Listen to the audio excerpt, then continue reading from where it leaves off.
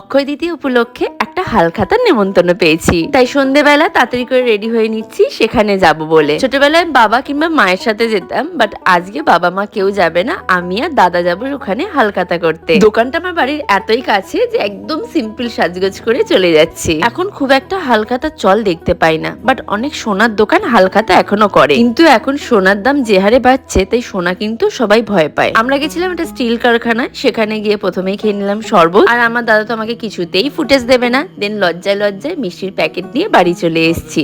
বাড়ির বড় কেউ আমাদের সাথে যায়নি বলে প্রচন্ডই লজ্জা লাগছিল, কিন্তু এই ব্যাগের মধ্যে কি আছে সেটা দেখবার জন্য আমরা ভীষণ এক্সাইটেড ছিলাম। তাই বাড়িতে এসে তাড়াতাড়ি করে ব্যাগের জিনিসগুলো বার করে নিলাম। ফার্স্টেই দেখলাম খুব সুন্দর একটা ক্যালেন্ডার, যেটা তাড়াতাড়ি করে দেয়ালে টাঙিয়ে নিয়েছি, আর সাথে ছিল এই মিষ্টির প্যাকেটটা। আর এই মিষ্টির প্যাকেটে ছিল আমার সব থেকে পছন্দের মিষ্টি, সেটা হলো কমলাভোগ। তো চলো মিষ্টিটা খেয়ে আজকের ভিডিওটা এখানে এন্ড করি। দেখা হবে নেক্সট ভিডিওতে, ততক্ষণের জন্য বাই।